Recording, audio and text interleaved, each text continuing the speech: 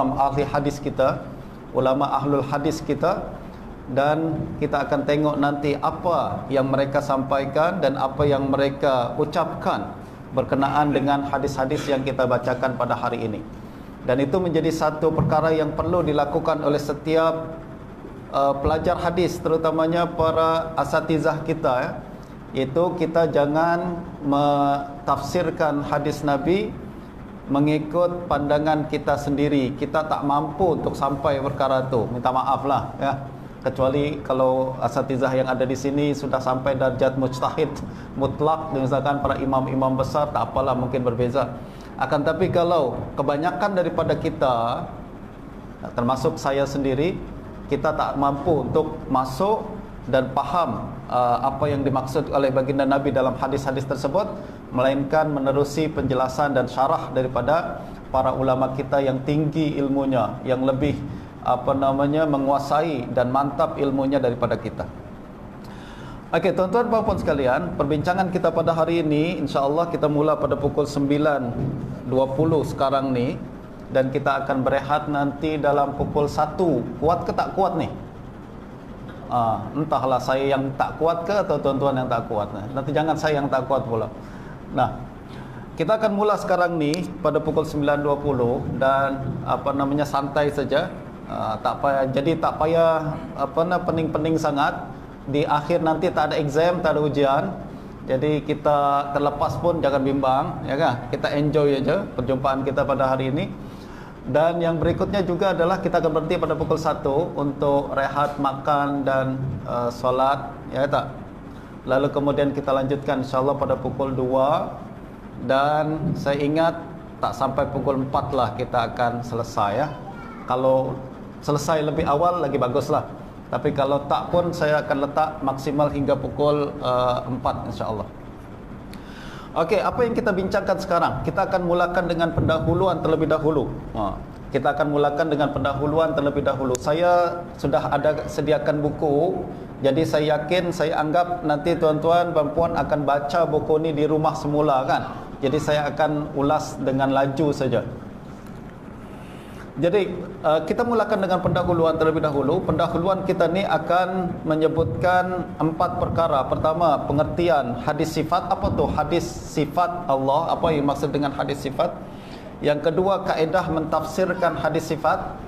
Yang ketiga adalah hakikat mazhab salaf. Jadi kita selalu mengatakan bahawa ada perbezaan antara salaf dan khalaf dalam perkara ini, nanti kita akan sebutkan. Dan yang keempat adalah syarah hadis yang menjadi rujukan, kitab-kitab syarah yang akan menjadi rujukan dalam penulisan buku ni. Kita mulakan dengan pengertian hadis sifat terlebih dahulu. Apa yang dimaksud dengan hadis sifat? Jadi selepas ni tuan-tuan akan dengar apa orang bincang tentang hadis sifat, ayat sifat dan lain sebagainya. Apa yang dimaksud dengan ayat dan hadis sifat? Secara ringkasnya, hadis atau ayat, hadis adalah ucapan, perbuatan dan perakuan Nabi sallallahu alaihi wasallam yang mengandungi penceritaan tentang sifat Allah Subhanahu wa taala. Itu namanya hadis sifat. Jadi ada hadis hukum, ya kan, ada hadis ahkam, maknanya hadis bincang tentang hukum hakam, solat, puasa dan lain sebagainya.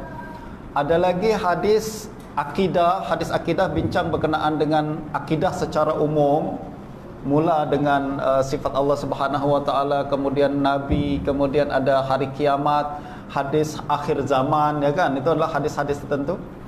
Nah, yang kita bincangkan sekarang ni hadis sifat adalah lebih fokus lagi, yaitu hadis yang bercerita tentang Allah Subhanahu wa taala secara umum. Jadi Allah Subhanahu wa taala berbincang tentang bagaimana Allah Subhanahu wa taala, sifat-sifatnya, perbuatannya dan lain sebagainya. Nah, sebagian hadis tersebut menetapkan sifat-sifat kesempurnaan bagi Allah seperti ilmu dan qudrah. Jadi kalau kita baca ayat-ayat Al-Quran atau hadis-hadis yang menyebutkan Allah Subhanahu wa taala Maha mengetahui, itu ayat sifat ke hadis sifat? Ya, hadis sifat. Dia bincang tentang Allah Subhanahu wa taala dengan sifat ilmu, betul kan? Juga ayat Quran atau hadis yang menyebutkan Allah Subhanahu wa taala Maha berkuasa, qudrah misalkan. Ayat atau sifat, ya betul, itu menetapkan sifat Allah Subhanahu wa taala, kan. Nah, bagi kita tuan-tuan sebagai seorang muslim ni tak ada perbezaan di kalangan para ulama dan tak ada perbezaan di kalangan semua umat Islam, bahawa kita wajib meyakini Allah Subhanahu wa taala memenuhi sifat-sifat, memiliki sifat-sifat kesempurnaan. Sifat-sifat kesempurnaan itu apa? Sifat-sifat yang maha hebat. Itu kena ditetapkan bagi Allah Subhanahu wa taala. Allah Maha Kuasa, Allah Maha Mengetahui, Allah Maha Mendengar, Allah Maha Melihat, semua kita tetapkan bagi Allah Subhanahu wa taala.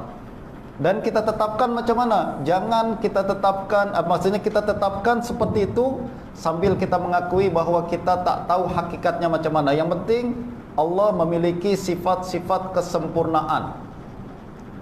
Dan bahkan kita wajib meyakini bahawa Allah lebih sempurna daripada makhluknya. Tentulah Allah yang menciptakan makhluk, tentulah lebih sempurna daripada makhluk kan.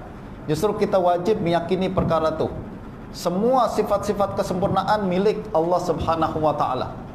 Itu yang kita ucapkan ketika kita mengatakan apa? Alhamdulillahirabbil alamin, betul tak? Alhamdulillahirabbil alamin adalah kita mengatakan bahawa semua sifat-sifat pujian, sifat-sifat kehebatan, kesempurnaan, ketinggian milik Allah Subhanahu wa taala. Itu ucapan Alhamdulillahirabbil alamin. Pada masa yang sama, kita wajib menafikan sifat-sifat kekurangan bagi Allah Subhanahu wa taala. Tak boleh sedikit pun kita membayangkan Allah Subhanahu wa taala memiliki sifat-sifat kekurangan, macam lupa, macam sakit. Allah sakit tak? Oh, tak mungkin. Buang fikiran macam tu. Allah tak tahu, jahil.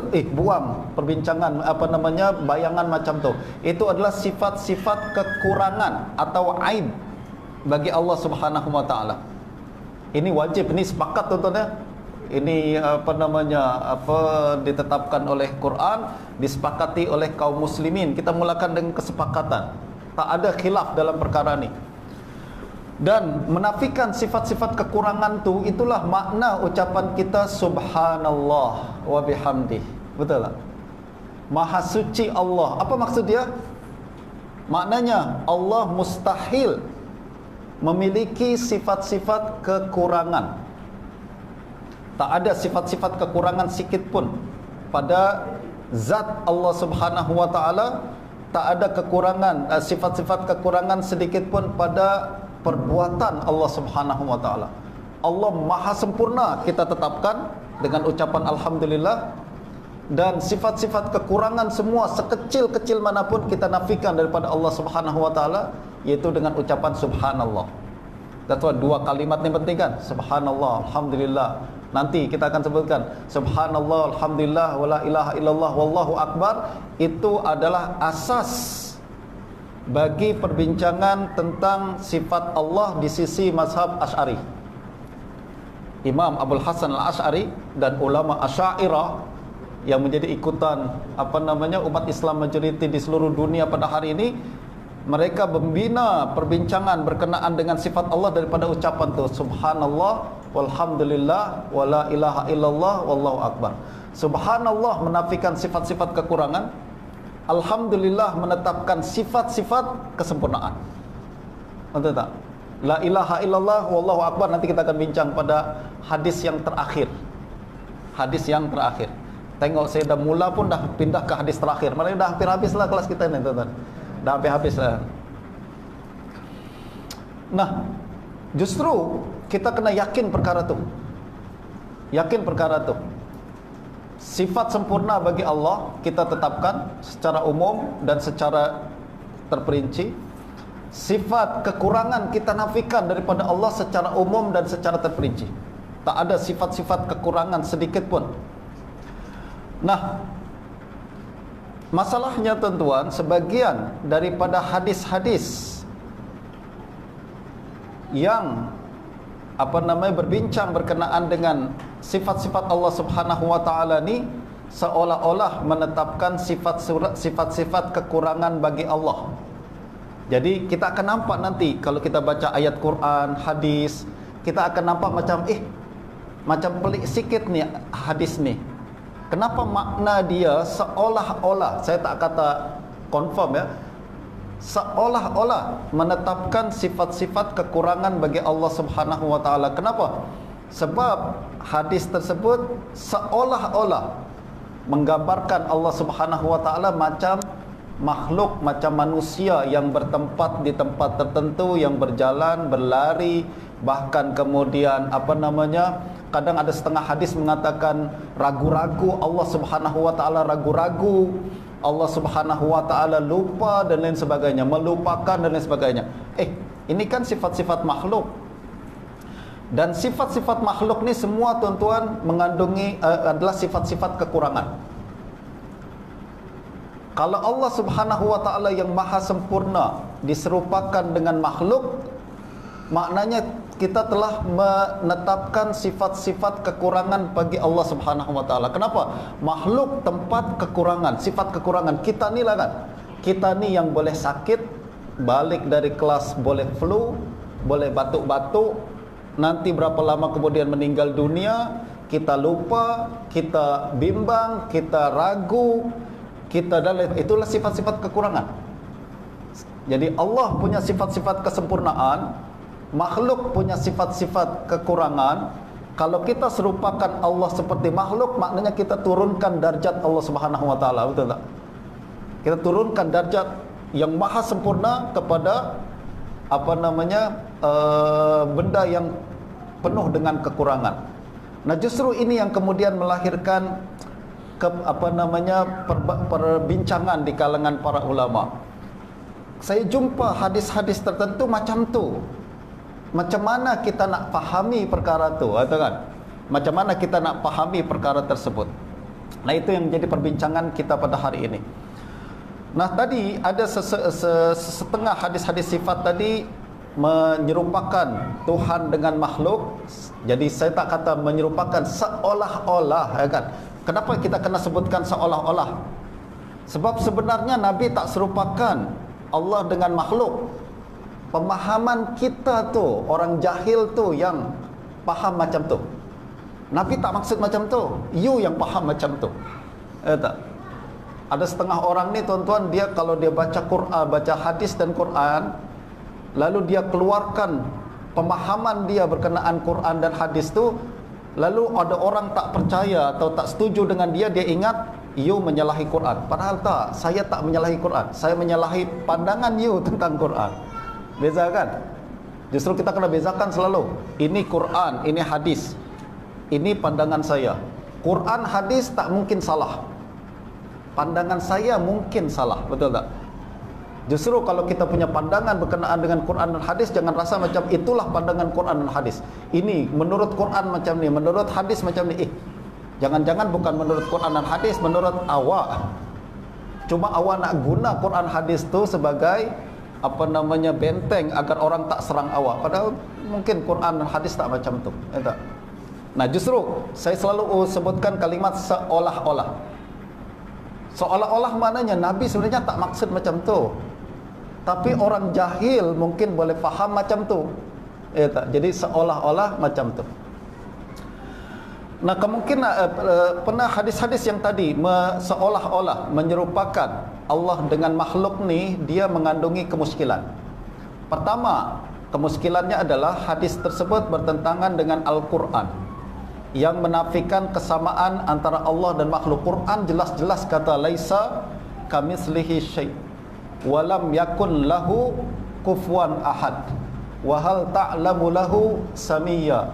Ini semua menafikan sama sekali Allah tak sama dengan makhluk. Ini ayat-ayat muhkamat. Ini namanya ayat-ayat muhkam, maksudnya yang betul-betul tak ada keraguan sama sekali, tak ada tafsiran yang lain yang menunjukkan bahawa ini Tuhan tak sama dengan makhluk. So, kalau kita nak tafsirkan ayat yang muskil, kita kena kembalikan kepada muhkam. Ini adalah kaedah para ulama tuan-tuan dalam usul fiqh, ya. Jadi kalau nak belajar hadis, saya ingat dulu Syekh Riyad Al-Khiraqi selalu katakan, saya tak akan kasih ijazah kepada pelajar saya dalam hadis kecuali dia belajar usul fiqh. Kalau dia tak mengaji usul fiqh, dia bacalah kitab Sahih Bukhari ke, saya tak kasih ijazah hari dia. Kenapa? Nanti salah faham. Sebab pentingnya kita belajar gabungkan antara ilmu usul dengan ilmu hadis. Nah, tadi hadis, sekali lagi, hadis-hadis yang seolah-olah menyerupakan, memberikan sifat-sifat makhluk kepada Allah ni, dia muskil. Kenapa muskil? Sebab pertama bertentangan dengan ayat Quran yang muhkam, yang mengatakan bahawa Allah sama sekali tak serupa dengan makhluk. Ni kita kena menjadi pegangan kita. Macam tadi kan, Allah maha sempurna, makhluk penuh dengan kekurangan. Takkan kita nak samakan yang maha sempurna dengan yang kekurangan. Quran pun katakan Allah maha sempurna tak serupa dengan makhluk. Maknanya ini menjadi prinsip kita. Setiap yang bertentangan dengan prinsip ni, kita kena kita kena jamak, kita kena tafsirkan dia mengikut prinsip yang sedia ada, ya tak?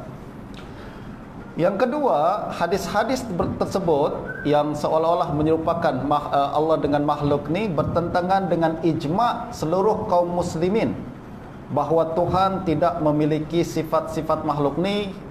Ijma' semua kaum muslimin, melainkan setengah kalangan yang menyimpang daripada akidah kaum muslimin. Sebab akidah tajsim dan tasbih sebenarnya berasal daripada agama Yahudi. Yahudi yang masuk ke dalam pemikiran umat Islam, sehingga mereka membayangkan Tuhan tu macam makhluk. Kalau tuan-tuan baca kitab Taurat atau apa, ada perbincangan tu, Tuhan duduk di surga, boleh berjalan, boleh dan lain sebagainya, macam makhluk biasa. Bahkan boleh turun ke dunia, boleh bergusti dengan Nabi Yakub kalahkan dia. Itu bukan akidah kaum muslimin. Tak. Kita punya akidah Tuhan tak macam tu. Tuhan maha sempurna, yang tak boleh kita bayangkan karena terlalu sempurnanya Allah Subhanahu wa taala. Nah, justru tuan-tuan, isu berkenaan dengan tafsiran hadis-hadis yang macam ni, dia bukan, ada setengah orang katakan ini awak terpengaruh dengan falsafah lah, mantik lah, Aristoteles lah dan sebagainya. Tak ada kena-mengena macam tu. Tak ada kena-mengena macam tu. Yang ada adalah kita kembalikan hadis-hadis muskil kepada hadis-hadis muhkam. Kita kembalikan pandangan kefahaman berkenaan dengan hadis yang samar, muskil tu, kepada prinsip yang paling utama yang disepakati. Macam tadi, iaitu laisa kamitslihi syai', Allah tak seperti makhluk, dan ijma' kaum muslimin bahawa Allah tidak memiliki sifat-sifat makhluk. Ini cara fikir para ulama usul fiqh kita. Semua ulama sepakat macam tu. Tak ada kena-mengena dengan falsafah. Awak guna falsafah Aristoteles lah, tak ada. You tak baca pun kitab para ulama. Mereka tak pernah nukil hadis ni kena ditakwil karena bertentangan dengan Aristo. Tak ada kan macam tu. Mustahil. Yang ada adalah hadis ni kena ditakwil. Kenapa? Sebab tidak selari dengan ayat-ayat muhkam, tidak selari dengan prinsip yang disepakati oleh kaum muslimin. Ya, dan ini perkara biasa tuan-tuan, di mana-mana pun macam tu. Perbincangan ayat sifat ke, hadis sifat ke, sama dengan perbincangan tentang ayat hukum dan hadis hukum, hadis ahkam sama. Kalau ada satu ayat atau satu hadis tentang hukum misalkan, lalu bertentangan dengan prinsip utama, mereka akan takwil. Sama, tak ada perbezaan. Hadis kena dibuat, hadis tentang akidah tak boleh takwil, hadis tentang hukum boleh takwil, tak? Sama. Ayat Quran semua sama, kena diperlakukan macam tu. Ayat hadis semua sama, kena diperlakukan macam tu. Ya, tak ada perbezaan. Tak ada yang membezakan antara hadis hukum dengan hadis akidah, tak ada sama sekali. Ya, yang ada adalah disamakan. Ayat ni kalau dia memberikan makna yang jelas, muhkam, tidak bertentangan dengan mana-mana dalil yang lain, kita isbat, kita tetapkan macam ni. Tapi kalau sebuah ayat atau hadis bertentangan dengan perkara lain yang muhkam, kita kena jamak. Itu kita jamak. Salah satu cara jamak adalah dalam kita takwil atau kita tafsir kandungannya. Ini yang berlaku sebenarnya tuan-tuan. Jadi kaedah berinteraksi dengan hadis muskil atau hadis mukhtalif. Jadi kalau dalam ilmu hadis kita ada perbincangan macam ni ya. Jadi dalam ilmu hadis kita ada hadis bagi menjadi hadis muhkam dan muhkam dan mu'arad. Muhkam dan mu'arad. Ada juga yang sebutnya sebagai hadis mukhtalif atau hadis muskil. Ini jadi satu cabang sendiri dalam ilmu hadis. Jadi kalau kita tahu ilmu ni, kita akan tak pelik sangatlah perbincangan hadis sifat ni. Tak payah bawa-bawa falsafah tu, tak payah bawa falsafah. Tak payah bawa ilmu kalam pun tak payah. Tak payah bawa ilmu mantik pun tak ada kena-mengena pun dalam ilmu mantik. Ini semua sepenuhnya adalah perbincangan berkenaan dengan ilmu bahasa lughah, sebab hadis bahasa Arab kena ditafsir mengikut orang Arab, bahasa Arab. Dan juga karena hadis adalah sumber syarak, maka dia kena ditafsir mengikut usul fiqh. Sekali lagi, bincang tentang perkara ni tak ada kena mengena dengan falsafah dan dan mantik dan lain sebagainya. Itu setengah kalangan coba untuk memalingkan kita daripada fokus yang sebenar. That's why buku saya ni tuan-tuan, dari awal sampai akhir tuan-tuan akan jumpa semuanya adalah nukilan daripada ahli hadis, daripada ahlul hadis. Bukan nukilan daripada ahli falsafah ke ilmu ahli kalam ke tak. Saya ini fokus pada ilmu hadis. Nak tunjuk bahawa perbahasan kita ni sebenarnya adalah perbahasan hadis.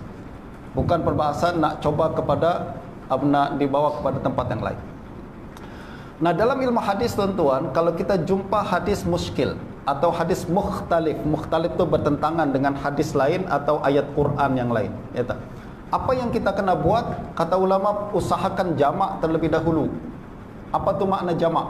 Jamak tu kita coba untuk harmonikan, ya kan? Hadis A bertentangan dengan hadis B. Kita jangan terus buang, A ini kita buang, kita ambil B saja. Itu tarjih nama dia. Kaedah yang pertama dilakukan adalah jamak terlebih dahulu. Mungkin A ini maksudnya macam ni, B mungkin maksudnya macam ni. Itu kita tak buang mana-mana hadis Nabi.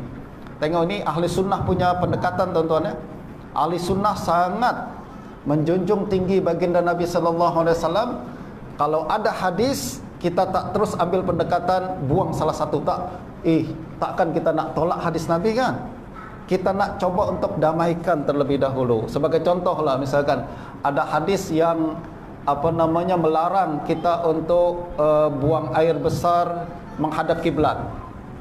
Ada hadis lain yang mengatakan Nabi pernah buang air besar menghadap kiblat. Macam bertentangan kan?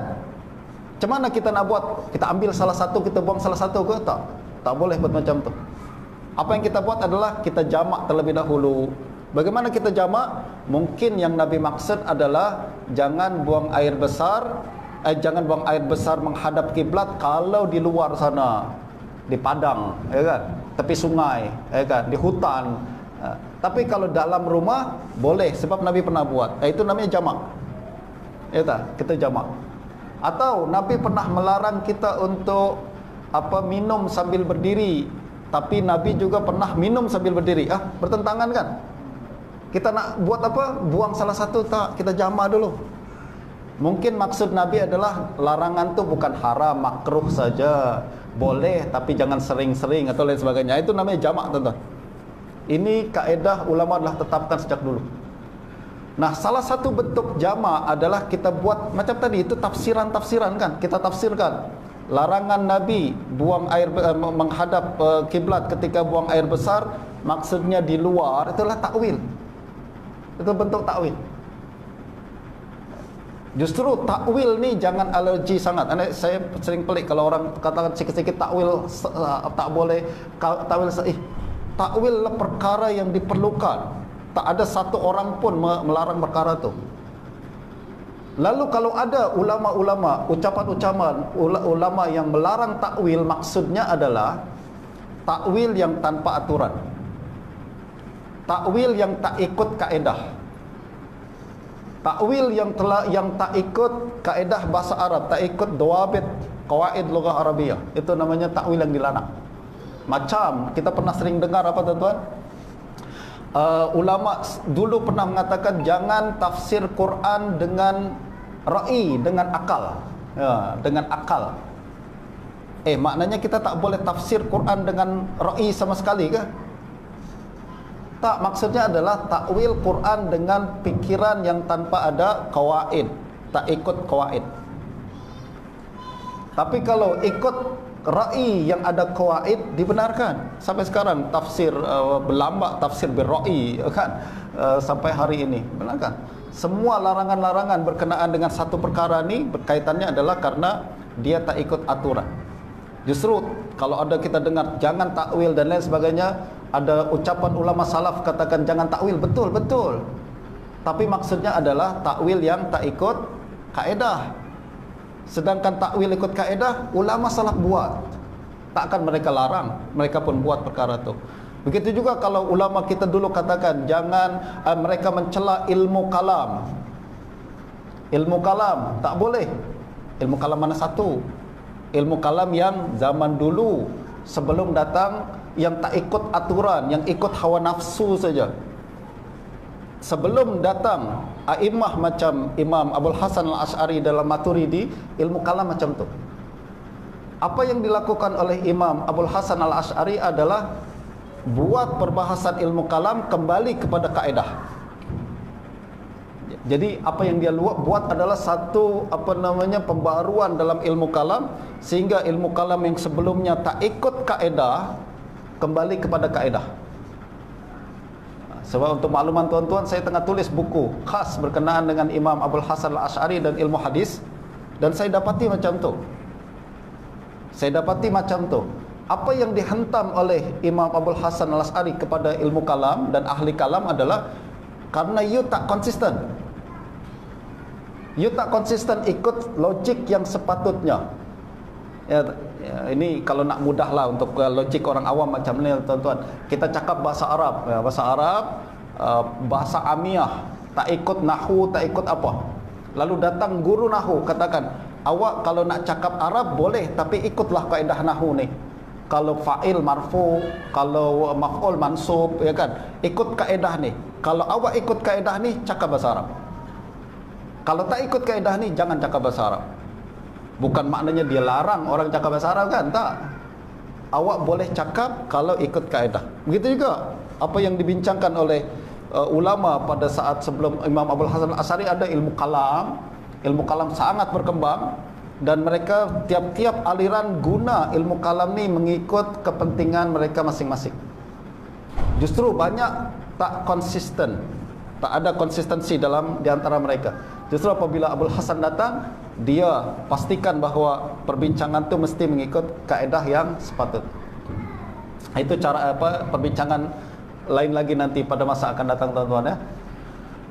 Nah, kalau kita jumpa dua hadis bertentangan macam tadi, kita kena jamak terlebih dahulu. Kalau tak boleh, baru kita beralih kepada nasakh. Nasakh kita katakan apa? Hadis ni dinasakh oleh hadis ni. Tak? Itu pun perlukan kaedah tertentu. Mana yang datang terlebih dahulu dan lain sebagainya. Tapi ini kaedah untuk menghadapi pertentangan dalam hadis. Berikutnya tarjih. Hadis ni bertentangan dengan ni. Kita kena tarjih salah satu, misalkan. Mana yang lebih kuat, lebih sahih dan lain sebagainya. Tapi itu pendekatan ketiga, bukan pertama. Pertama tetap jamak dulu. Tak? Tak boleh hadis Nabi terus kita ambil yang ini, kita tinggal yang ini. Hawa nafsu itu tak boleh buat macam tu. Kita kena jamak dulu, kalau tak boleh baru kita pilih salah satu, ya tak? Yang terakhir adalah tawakuf. Tawakuf ni tuan-tuan apa? Okey, saya tak nak cakap apa tentang perkara ni sebab ilmu saya tak sampai.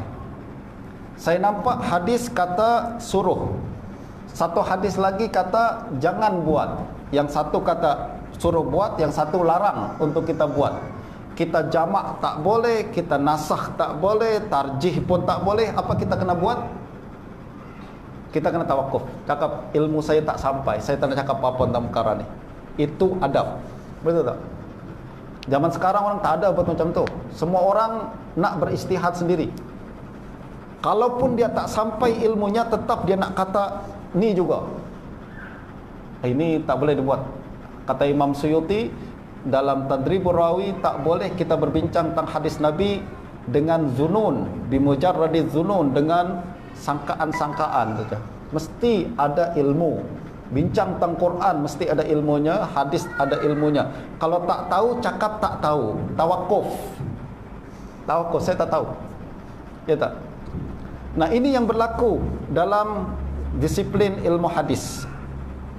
Nah, justru dalam bincang tentang hadis sifat ni macam mana? Ya, kita nampak tadi hadis sifat yang muskil, ya tak, menyerupakan Allah dengan makhluk, mengatakan Allah ada anggota tubuh, duduk di tempat tertentu dan lain sebagainya. Ini muskil. Kenapa? Sebab bertentangan dengan kaedah ayat-ayat Quran yang muhkamat. Apa yang kita kena buat? Kita coba jamak terlebih dahulu. Ya tak? Kita cuba jamak terlebih dahulu. Jamak tu macam mana? Macam tadilah kita tafsirkan. Oh, mungkin maksud ayat ni macam ni. Oh, mungkin maksud hadis ni macam ni. Oh, takwilannya macam ni, tafsirannya macam ni. Yang penting dia tak bertentangan dengan kawaid ataupun ayat-ayat muhkam. Itu namanya takwil, tuan-tuan. Itu namanya takwil. Takwil adalah usaha untuk menjamak antara dua dalil yang bertentangan. Nasakh dan tarjih macam mana? Nasakh dan tarjih ni, tuan-tuan, dia tak berlaku nasakh dalam hadis-hadis sifat. Kenapa? Sebab nasakh hanya berlaku dengan hukum hakam saja, sedangkan khabar tak berlaku nasakh. Tarjih juga, kalau hadis tu betul-betul sahih, kita tak boleh tarjih. Ya tak? Kita kena coba untuk jamak terlebih dahulu. Yang terakhir adalah tawakuf, maksudnya saya tak buat apa-apa tafsiran.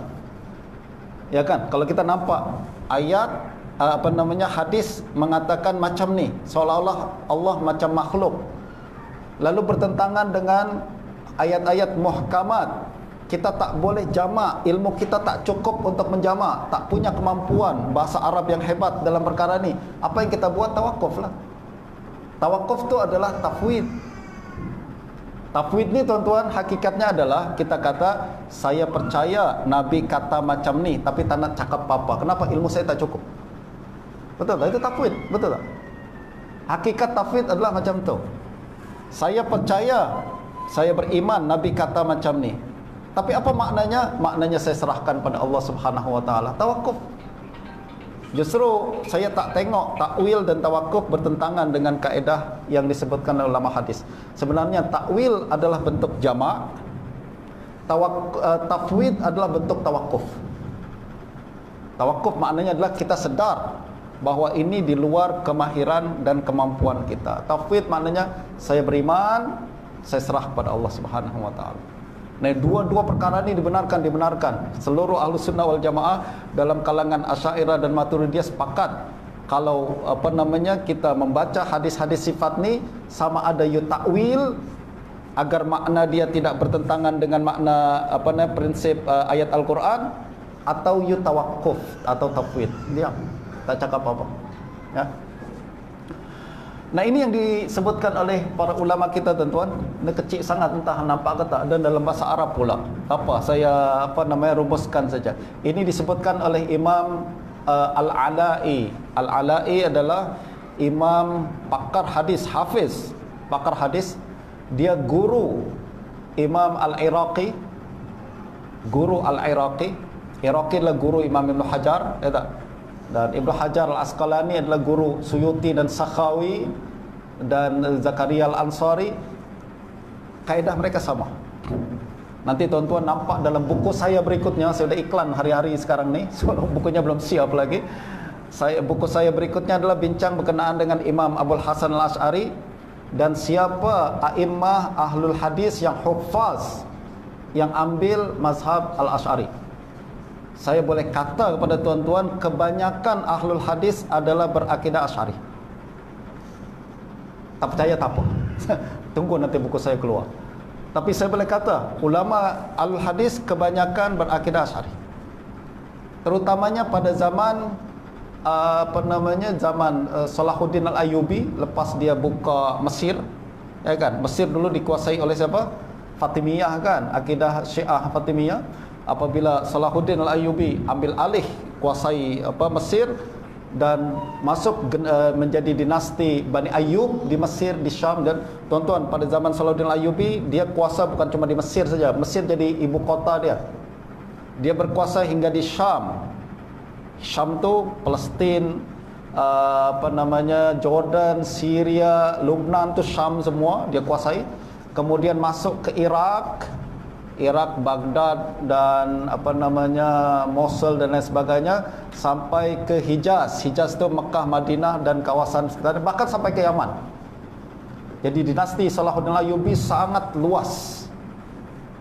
Dan pada masa tu ramai a'immah ahlul hadis yang hidup pada zaman tu, dan mereka semua, saya boleh kata dalam 80% adalah berakidah Asy'ari. Dan bukan cuma mereka, ramai orang zaman sekarang kata terpengaruh dengan Asy'ari. Tak betul pengaruh-pengaruh itu. Mereka mengaku berakidah Asy'ari. Lepas Salahuddin Ayyubi pindah ke kerajaan dinasti Bani Mamluk. Mamluk pun mereka jumhur al-hadis pada saat itu berakidah Asy'ari. Jadi di Mamluk tu yang kita jumpa tadi, Al-Ala'i, lalu Al-Iraqi, lalu Al-Bulqini, lalu murid mereka siapa lagi, Ibnul Mulaqqin, Al-Haythami, Ibnu Hajar Al-Asqalani yang paling besar di zaman dia, menulis kitab Fathul Bari, semua berakidah Asy'ari. Tak percaya tak apa, nanti kita tengok buku saya lepas ni. Ramai orang katakan tak, ini al-hadis tak ada berakidah Asy'ari. Dia kalaupun ada, mereka terpengaruh dia. Itu adalah ucapan tak betul.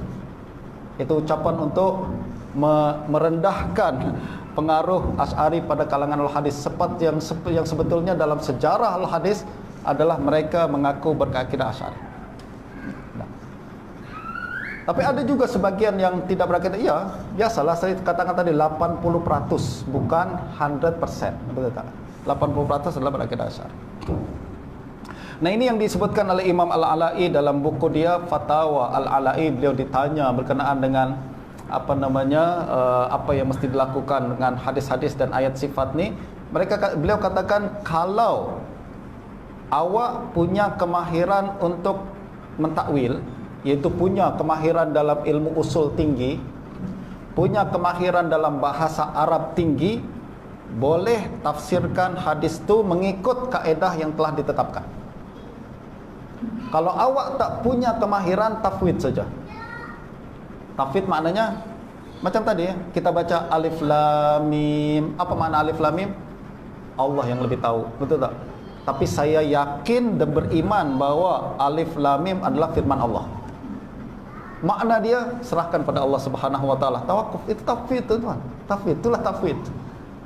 Nah, tapi kalau takwil adalah oleh alif lam mim, tafsirannya alif ni, ba lam ni, mim ni, ya kan? Itu tafsiran, takwil. Kalau you punya ilmu silakan, tak punya jangan. Kalau punya ilmu tak apa, tapi kalau tak punya ilmu jangan. Itu adalah takwil. Dan perbezaan takwil, tafsir dan tafwid macam tu, sama aja. Tak ada perbezaan sama sekali. Nah, Imam Ibnu Daqiq Al-Aid pun macam tu. Saya dah tunjuk dalam bahasa Arab ni, tuan-tuan. Mungkin terlalu kecil sangat, tapi ada dalam buku saya, dalam muqaddimah.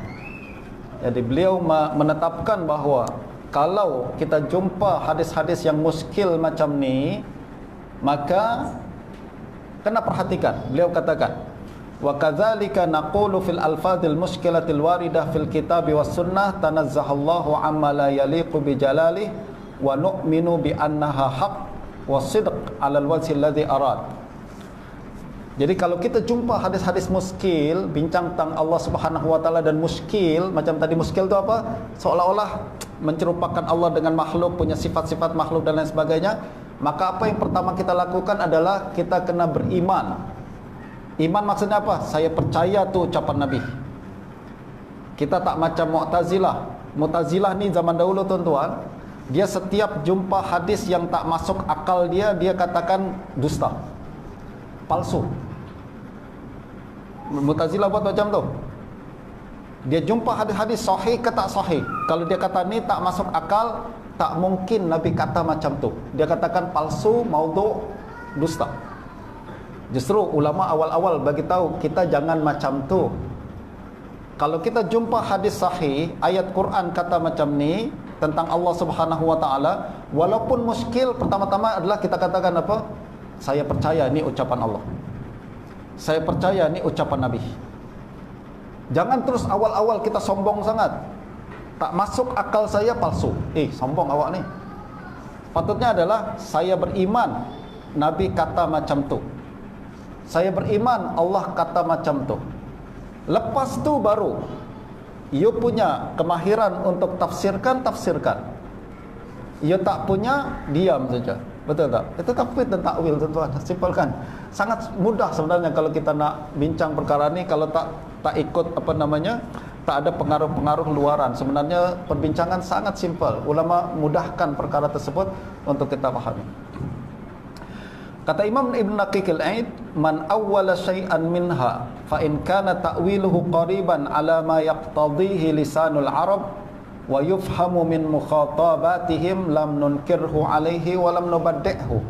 Beliau katakan kalau ada sesiapa yang mentakwil hadis-hadis macam tadi, hadis-hadis muskil tentang sifat Allah ni, sekiranya takwil tersebut dekat dengan bahasa Arab. Maksudnya apa? Selari dengan kaedah bahasa Arab.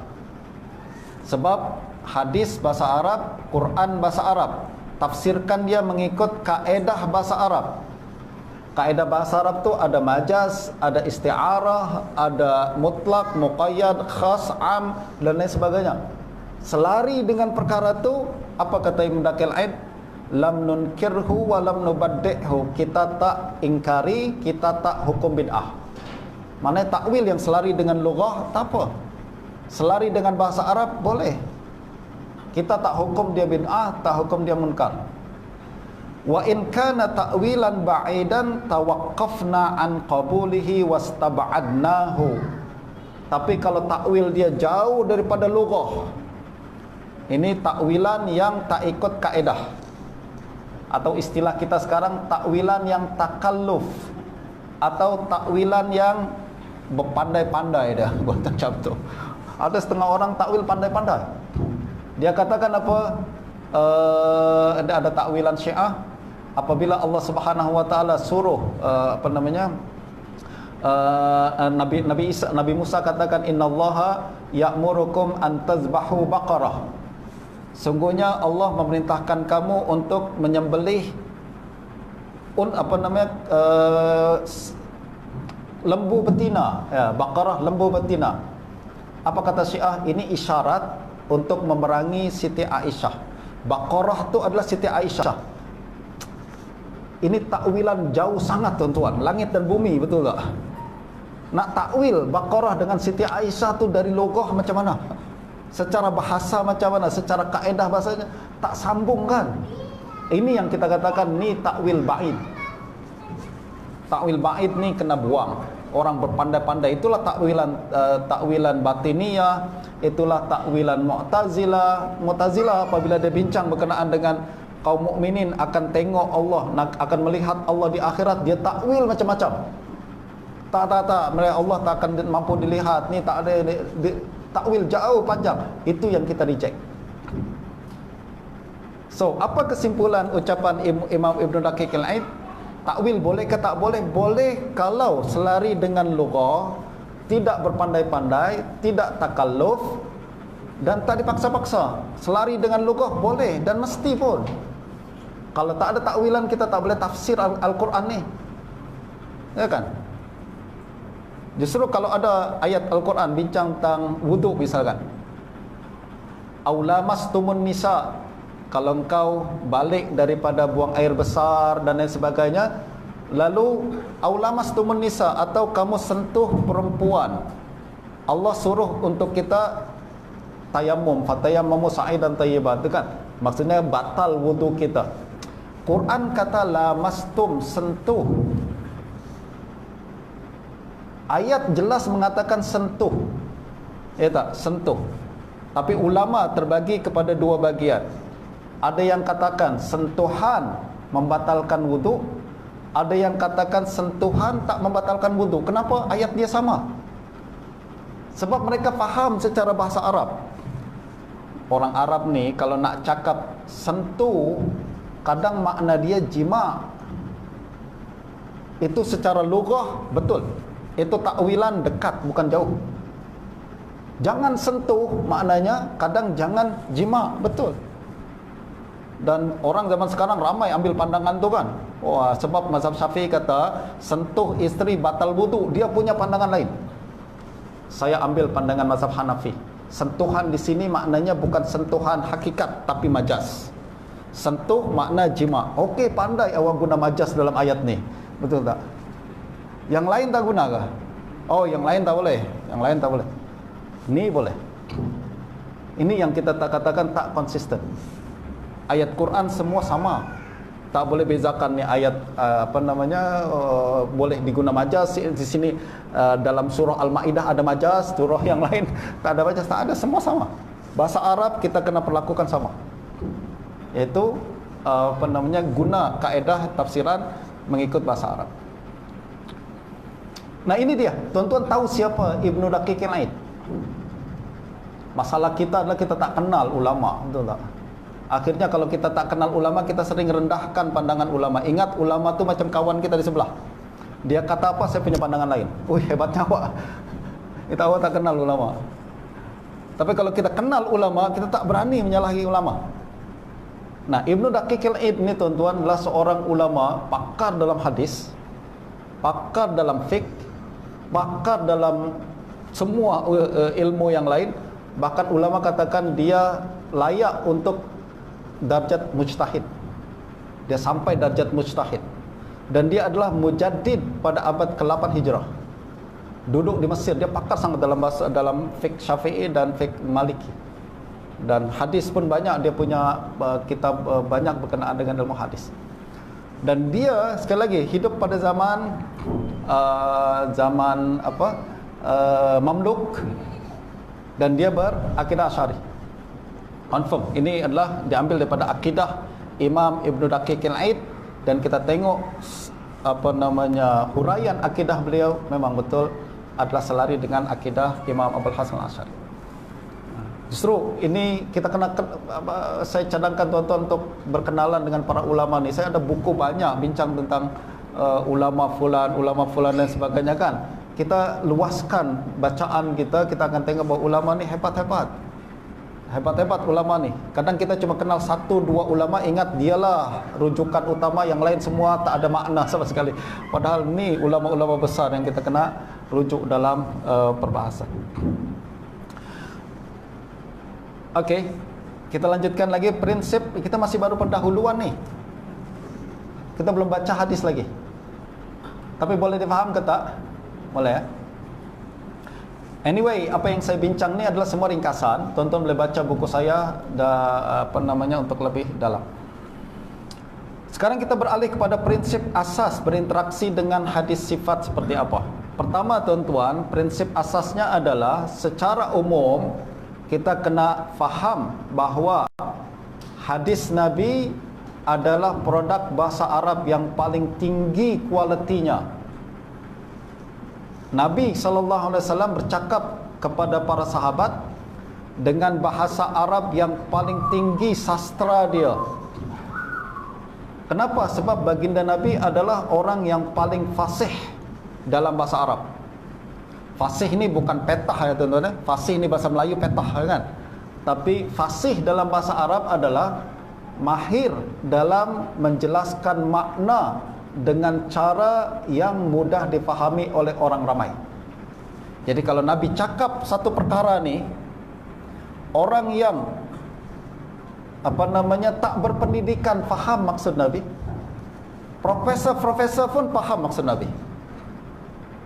Itu sebabnya satu hadis Nabi boleh ditafsirkan jadi berjilid-jilid syarah ulama, betul tak?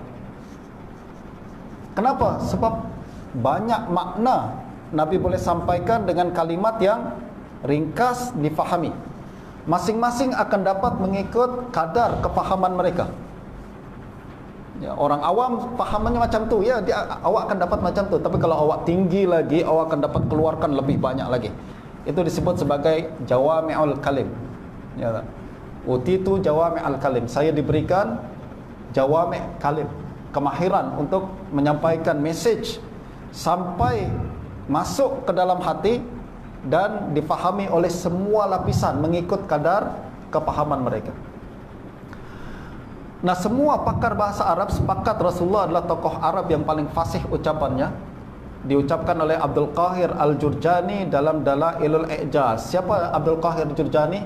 Tuan-tuan pun kena buat homework. Google, zaman sekarang senang, Google aja. Google ya, sumpah. Abdul Qahir Al-Jurjani, tuan-tuan, adalah orang yang sangat pakar dalam bahasa Arab. Dia termasuk pengasas ilmu balaghah. Ilmu balaghah, ma'ani, ya kan? Dia yang asaskan ilmu ini. Beliau mengatakan, falam yashukka ahad annahu sallallahu alaihi wasallam lam yakun manqusan fil fasahah, bal alladhi atat bihil akhbar annahu sallallahu alaihi wasallam kana afsahal arab. Jadi Nabi adalah orang yang paling fasih dalam kalangan bahasa Arab, dalam kalangan bangsa Arab. Soalan kita, kalau orang Nabi fasih sangat nih tuan-tuan, ucapan Nabi begitu dalam, begitu tinggi kualiti dia. Soalan, adakah setiap orang boleh mentafsirkan hadis Nabi? Betul tak? Kita nak tafsirkan ucapan sastra, pantun-pantun terdahulu pun kita perlu ilmunya sendiri, betul tak? Dan siapa yang ambil sastra English misalkan, Shakespeare cakap tentang apa, perlu ilmu sendiri. Kita baca, orang awam tak faham apa maksud dia, betul tak? Justru hadis kena ambil perhatian. Tak semua orang boleh faham hadis Nabi dengan sebenar. Walaupun sekarang sudah ada terjemahan, walaupun ada terjemahan. Tuan-tuan, saya ini dah dalam industri penerbitan buku dah lebih daripada berapa tahun. Saya tahu kualiti terjemahan macam mana. Saya tahu kualiti terjemahan macam mana. Hatta terjemahan buku-buku berkenaan dengan agama atau bukan agama, saya tahu macam mana. Justru kalau orang mengatakan cukup baca terjemahan, confirm dia tak tahu apa-apa berkenaan dengan industri penerjemahan. Ada yang bagus, ada yang kurang bagus, betul tak? Ada yang kurang bagus. Bahkan menyimpang daripada teks asal pun banyak. Ramai, ada setengah orang yang dia tak buat terjemahan pun, terbit di Malaysia, dia ambil terjemahan Indonesia je. Dia ulang balik, buang semua bisa-bisa tu, ganti dengan boleh-boleh. Ya, yang bisa jadi boleh. Nah, yang harus jadi apa? Kalau orang Indonesia harus kan. Nah, kalau kita harus maknanya boleh lain, dan sebagainya. Nah, justru terjemahan tak cukup. Untuk orang awam sekedar baca bolehlah, silakan, tak apa. Akan tapi untuk asatiza yang nak mendalam pembahasan tentang agama, terjemahan tak cukup. Terjemahan tak memadai. Ya tak? Nah, kita kembali kepada hadis Nabi sallallahu alaihi wasallam. Baginda adalah afsahul Arab, bermakna hadis Nabi tak boleh sembarang orang boleh tafsirkan. Tak boleh sembarang orang boleh tafsirkan.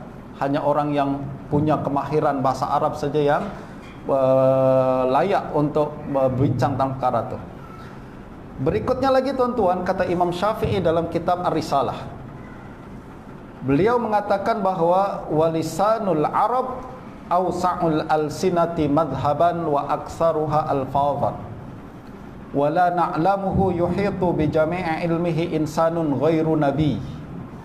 Beliau katakan bahasa Arab adalah bahasa yang paling luas mazhabnya dan paling banyak lafaznya. Jadi dari segi uslub bahasa Arab ni sangat luas tuan-tuan. Orang Arab dia tak cakap semua ucapan dia hakikat saja. Ada hakikat, kadang dia guna majaz, dia kadang guna isti'arah, dia kadang guna ta'rib, dia akan guna kinayah. Tuan-tuan, kalau belajar ilmu balaghah pun kita tak habis masa untuk mendalami ilmu balaghah, ya tak? Dan wajib kita belajar ilmu balaghah. Sekali lagi, dulu Syekh Riyad Al-Khiraqi, guru saya, katakan, saya tak kasih ijazah kalau tak mengaji ilmu usul, tak mengaji ilmu balaghah. Kasih ijazah tentang hadis, nanti silap pula ajarkan orang lain nak ajar hadis macam mana, sebab you tak faham balaghah, you tak faham usul fiqh, ya tak? Kenapa? Sebab hadis bahasa Arab, Nabi sallallahu alaihi wasallam orang yang paling fasih dalam bahasa Arab, Dan bahasa Arab sendiri mengandungi banyak uslub yang terlalu luas. Kalau bahasa Arab ni simple, semua orang jadi mujtahid sekarang ni hari-hari. Betul tak? Kenapa kita sukar capai darjat ijtihad? Sebab bahasa Arab sangat luas. Bahasa Arab terlalu luas. Kata Imam Syafi'i, awsa'ul alsinati madhaban. Kita orang Melayu ada kiasan, peribahasa, simpulan kata dan lain sebagainya kan. Itu cuma sikit berbanding bahasa Arab. Bahasa Arab terlalu luas, terlalu banyak. Majas pun terlalu banyak. Ya tak?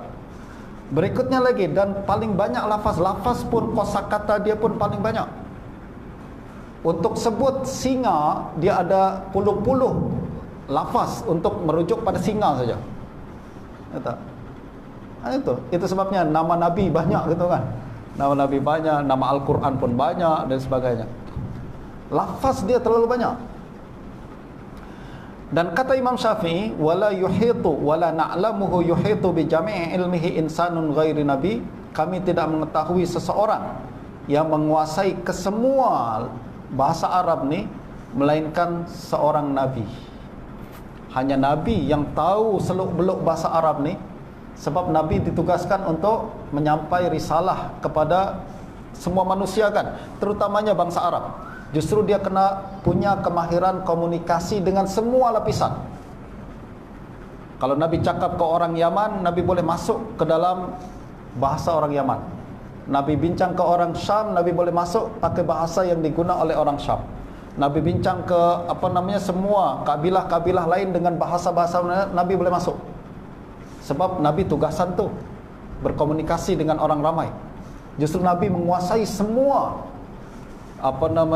seluk-beluk bahasa Arab ni yang sangat luas tu. Dan kata Imam Syafi'i terlalu luas sampai hanya Nabi saja boleh buat. Menunjukkan Nabi kita ni genius tuan-tuan. Nabi kita bukan manusia biasa. Dia semua boleh menguasai ilmu yang orang lain tak boleh kuasai. Nah, dengan begini tuan-tuan, kita kena sedar bahawa bahasa Arab ni terlalu luas. Bahaya kalau bahasa Al-Quran dan Sunnah diserahkan pada orang awam untuk bincang tentang agama mengikut kepahaman mereka yang sangat rendah tu. Betul tak? Itu sebabnya kalau kita tengok perbincangan dalam media sosial, tak apa, saya kadang aduh peningnya, tak ada basic tapi bincang macam mujtahid mutlak. Macam seorang imam besar, basic pun dia tak lepas lagi. Ya tak? Tapi siapalah saya, orang tak dengar pun saya cakap apa. Jadi yang penting adalah saya nak beri pemahaman berkenaan dengan hakikat Al-Quran dan Sunnah ni. Dia bahasa Arab, dan bahasa Arab sangat luas dan wajib orang menguasai ilmu-ilmu, paling kurang ilmu-ilmu berkenaan dengan bahasa Arab sebelum dia boleh bercakap tentang apa-apa tafsiran berkenaan perkara ni. Berikutnya Nabi, tuan-tuan, hadis Nabi oleh yang demikian adalah produk bahasa Arab yang bernilai sastra yang paling tinggi. Oleh karena itu, hadis terkadang menggunakan bentuk-bentuk kiasan yang dinamakan majaz, isti'arah, kinayah, lain-lain saya tak akan ulas sebab tuan-tuan akan belajar nanti di ilmu balaghah. Dan pentafsiran hadis mengikut makna harfiah atau literal terkadang menyimpang daripada maksud hadis Nabi. Jadi bukan orang kata kita kena ikut lafaz literal lebih selamat, tak. Kadang tafsiran literal tu malah menyimpang daripada yang dimaksud oleh baginda Nabi sallallahu alaihi wasallam. Sebab Nabi guna pelbagai bentuk tu. Nabi kadang guna kiasan, guna majaz, gitu kan. Awak ambil semua tafsiran literal saja bukan selamat, kadang malah menyimpang daripada apa yang dikehendaki oleh baginda Nabi. Sebagai contoh, ada hadis yang menyebutkan satu hari Siti Aisyah radhiyallahu anha bertanya kepada baginda Nabi sallallahu alaihi wasallam, "Wahai Rasulullah, siapakah isteri baginda yang akan menyusul baginda paling awal kalau baginda meninggal dunia?" Ini romantik tuan-tuan ya. Tak ada suami isteri-isteri zaman sekarang tanya macam tu. "Abang, kalau abang meninggal dunia, kira-kira di antara kami yang 4 orang isteri abang ni, siapa yang akan menyusul abang lebih awal?"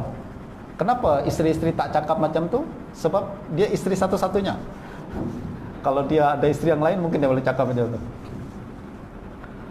Nah, ceritanya adalah Siti Aisyah pernah tanya kepada baginda Nabi, antara istri-istri baginda ni, kalau baginda meninggal dunia, siapa yang akan menyusul baginda lebih awal? Apa jawapan Nabi? Yang paling panjang tangannya. Yang paling panjang tangannya. Siti Aisyah faham panjang tangannya ni maknanya yang paling panjang tangan fizikal dia. Itu sebabnya selepas baginda Nabi meninggal dunia, isteri-isteri Nabi sering berjumpa, sembang-sembang. Acara rutin mereka adalah ukur tangan. Tangan siapa banyak. Banyak. Nah, sepatutnya orang yang paling panjang tangannya ni di antara isteri Nabi tak mungkin Zainab. Kenapa? Sebab Zainab terkenal isteri Nabi yang relatif lebih pendek berbanding isteri-isteri yang lain.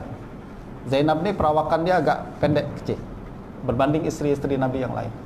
Tapi peliknya yang paling meninggal awal adalah Zainab.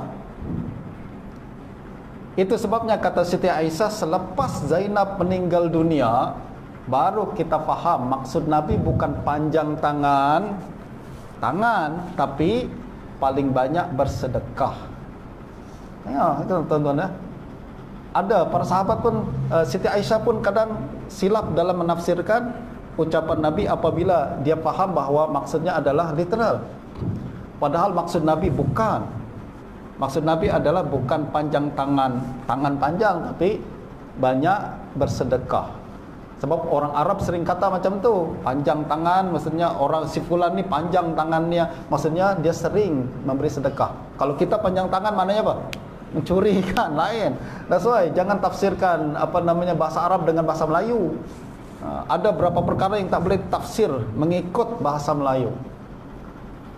Ulama kita sering katakan dulu kalau di tempat saya tuan-tuan, ada bulan Muharram tu bulan dikira sebagai bulan anak yatim. Masjid atau surau sering anjurkan majlis panggil anak-anak yatim pada bulan Muharram, lalu usap kepala dia. Katanya dulu para ulama kita suruh usap kepala yatim pada bulan Muharram. La ilaha illallah. Maksud usap tu maksudnya usap aja kan tuan-tuan. Lepas tu awak baliklah, makan tak makan urusan awak. Macam tu kan. Usap tu maknanya tunjuk kasih sayang kita kan. Nabi juga suruh kita kalau kita masak sayur perbanyak kuahnya. Lalu kata Nabi, tengoklah jiran di sebelah kita. Kita nak bagi apa? Kuah kah? Pandainya awak, betul tak? Tak faham bahasa Nabi yang begitu halus, betul tak? Bahasa Nabi ni sangat halus tuan-tuan, sangat cantik. Kita apabila pendekatan kita tak cantik, nampak macam hadis tu kehilangan makna keindahan tu, betul tak? That's why kita kena faham, baca hadis kena tengok konteks ataupun maksud sebenar baginda Nabi. Makna literal bukan selamat, kadang malah menyimpang daripada maksud asal baginda Nabi sallallahu alaihi wasallam. Nah, Ibnu Battal ini pensyarah Sahih Bukhari yang berasal daripada Andalus. Ya, di antara syarah Bukhari terawal di Andalus. Adalah sebelum dia syarah lain, tapi ini yang survive sampai kepada kita. Dan untuk makluman tuan-tuan nanti baca dalam buku saya tentang Imam Abul Hasan Asy'ari, kebanyakan ulama Andalus adalah berakidah Asy'ari. Entah setuju tak setuju tak apa, tengok buku saya nanti. Tapi saya nak bagi gimmick aja. Dan antaranya adalah Imam Ibnu Battal. Ibnu Battal dia punya kepakaran dalam fiqh, terutama mazhab Maliki dan juga hadis. Dan beliau bincang tentang perkara ni. Al-yaddu fi hadal hadis al-in'am wal ifdal. Hadis tangan yang dimaksud Nabi dalam hadis ni adalah pemberian, sedekah, ya tak? Wa fihi annal hukma lil ma'ani la lil alfaz bi khilafi qawli ahli zahir. Hadis ni turut mengajarkan, kata Imam Ibnu Battal, bahwa hukum kena ikut makna, bukan mengikut lafaz. Berbeza dengan ahli zahir. Zahiriyah selalu tengok lafaz. Justru apabila mereka baca hadis Nabi yang melarang untuk kencing di air yang tidak mengalir, Dia katakan apa? Larangan hanya berkaitan dengan kencing di air yang tidak mengalir, air yang menggenang. Nabi katakan jangan kencing di air yang menggenang. Okey, larangan hanya berkaitan dengan kencing saja. Selain kencing boleh. Buang air besar boleh. Hadis tak sebut. Itu zahiriyah teruk, tuan-tuan. Zahiriyah teruk. Maknanya kalau Allah katakan wala taqul lahuma uff, janganlah katakan kepada ibu bapa uff, wala tanharhuma, jangan bentak mereka. Uff, bentak tak boleh. Pukul, tendang, Allah tak kata pun. Boleh ke? Ini zahiri teruk-teruk tu. Betul tak? Dan sebab ulama tak ambil perkara tu. Kemudian Imam Nawawi pernah kritik juga ayat Quran mengatakan aulahma khinzir, jangan makan daging babi. Tulang boleh. Kemudian darah tak sebut pun Quran tak sebut. Itu awak zahir teruk. Betul tak?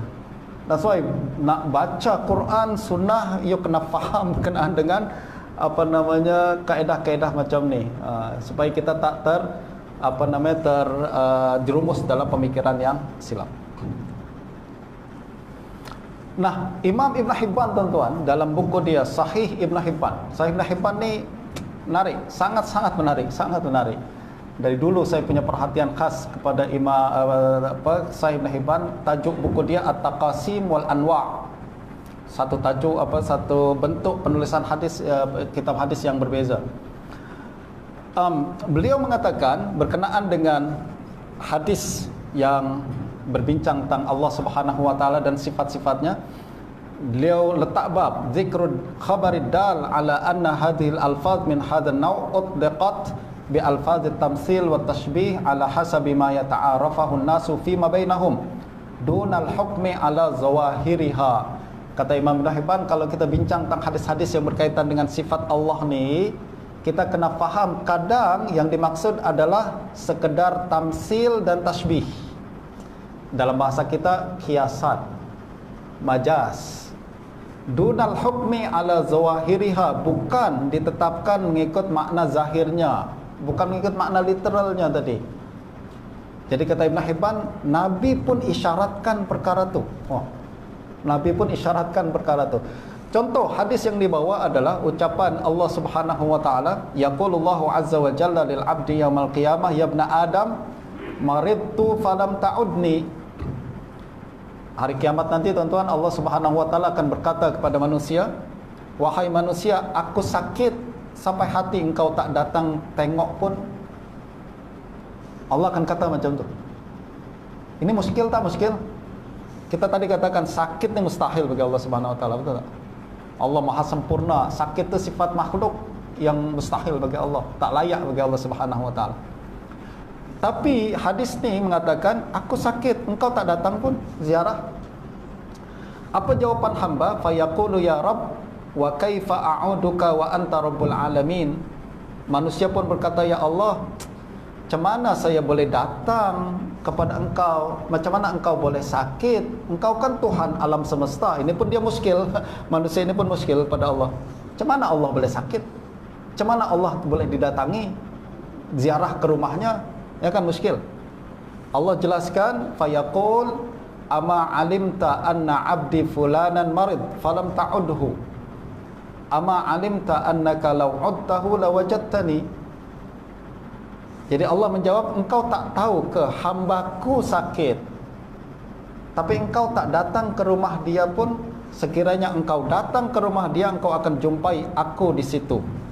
Maknanya hadis ni nak jelaskan bahawa kalimat Allah sakit maknanya hamba Allah sakit. Takwil tak? Itulah takwil. Secara bahasa dibenarkan. Secara bahasa dibenarkan. Nah justru aku sakit maksudnya hamba Allah sakit. Nanti kita akan jumpa dalam pelbagai hadis-hadis sifat macam tu. Allah turun, ulama katakan maksudnya malaikat Allah turun. Macam Allah sakit, hambaku sakit, betul tak? Bukan Allah hakikat yang sakit, tapi dinisbahkan kepada hamba, sebab Allah nak besarkan dan muliakan hamba tersebut. Macam Allah katakan rumah Allah, maksudnya rumah yang mulia karena dikaitkan dengan Allah Subhanahu wa taala.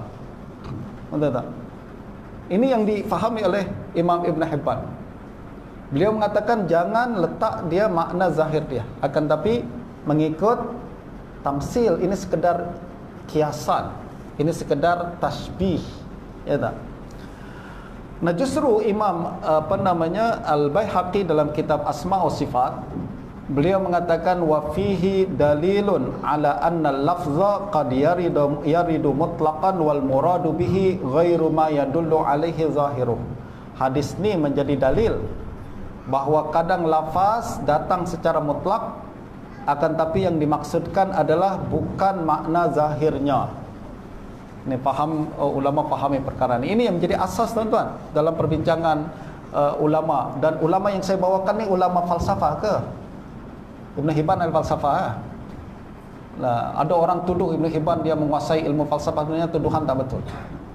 Saya baca riwayat hidupnya, tak, ini bukan ini tuduhan yang dibina oleh orang yang benci Ibn Hibban. Sebab Ibn Hibban punya pandangan berbeza dengan pandangan mereka. Dan Baihaqi pun dia Ibn Hibban pakar hadis, Baihaqi pakar hadis, orang yang dia bukan kepakaran dia dalam falsafah dan ilmu kalam, tapi ini pendekatan fuqaha muhaddisin macam tu. Bagi orang yang tak setuju dengan Baihaqi, dia akan buat karang tuduhan, dia terpengaruh dengan ahli kalam, mengaruh. Dia ingat macam ulama tu macam budak-budak, ada peer pressure, betul tak? Peer pressure. Setiap kali tak selari dengan pandangan dia, ulama ni terpengaruh dengan ulama kita imam, tuan-tuan. Dia bukan budak-budak yang suka terpengaruh. Kita pun boleh tahu mana betul, mana salah kan?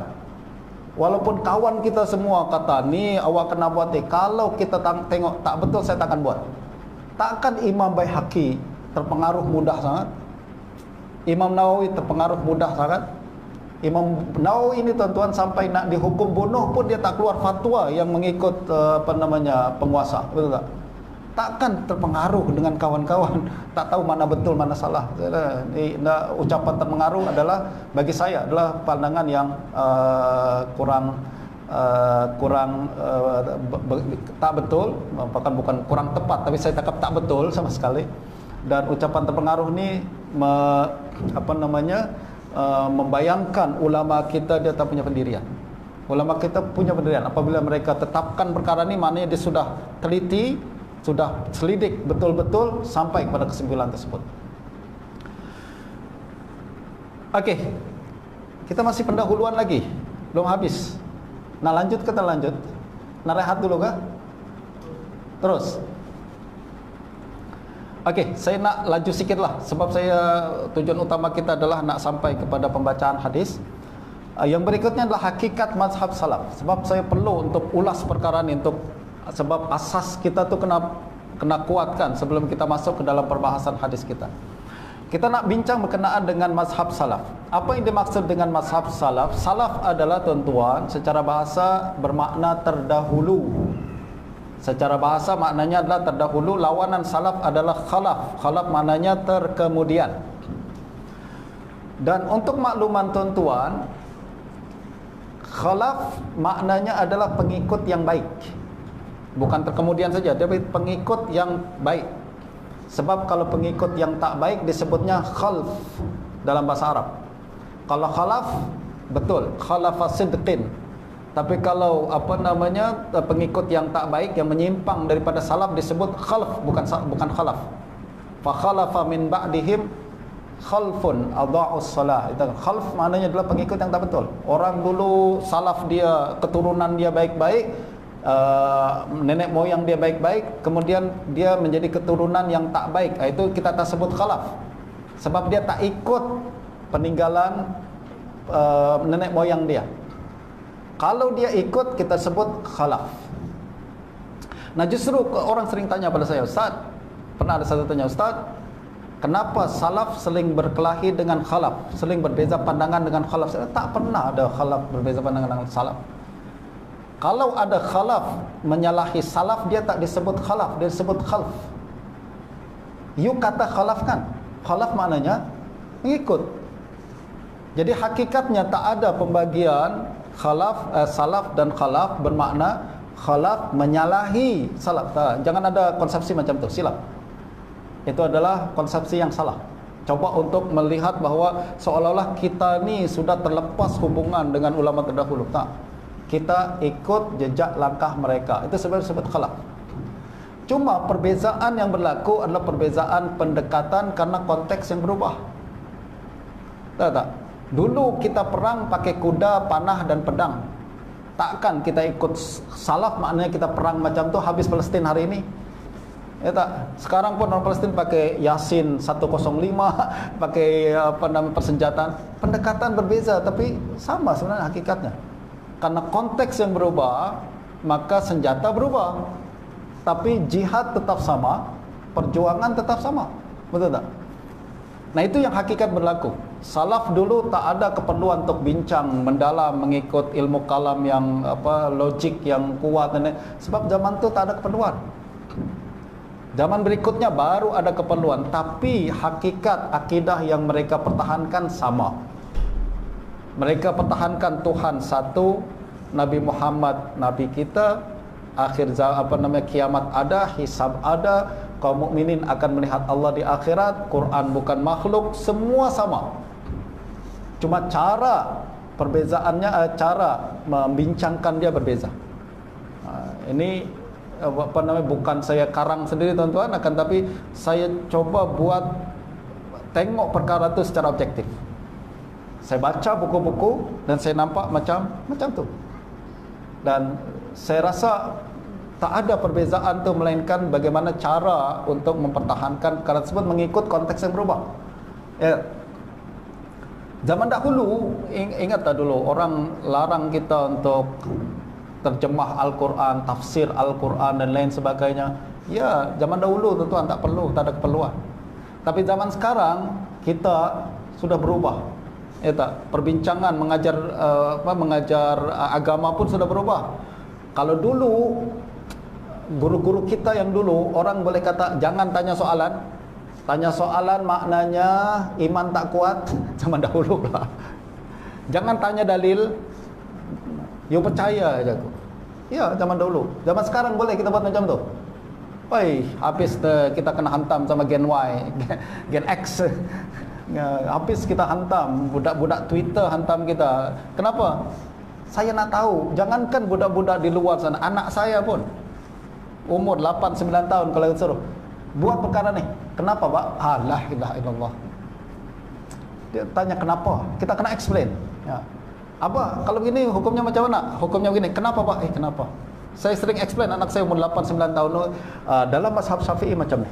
Dalil dia macam ni. Al-Quran, sunnah, ijma', qiyas. Hanafi buat macam ni. Dalil. Sebab kita kena explain juga.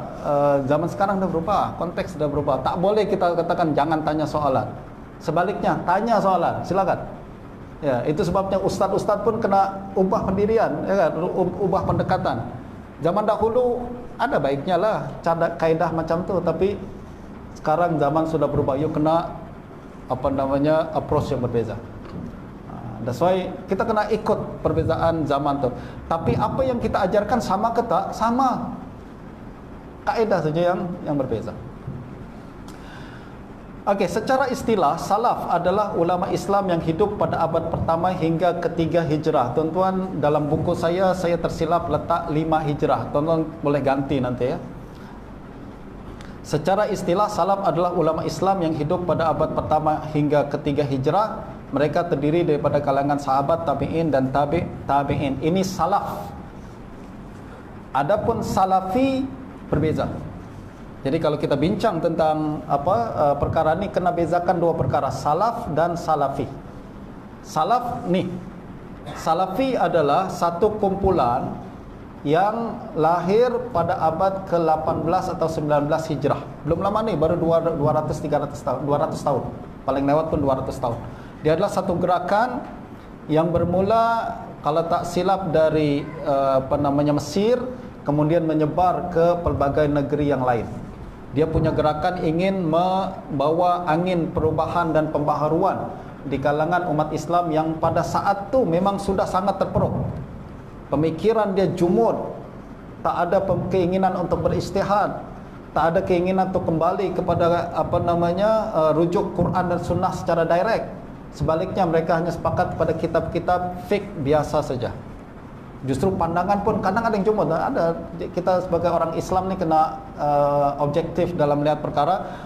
Pandangan kembali kepada sunnah dan Quran dan sunnah ada baik dan buruknya.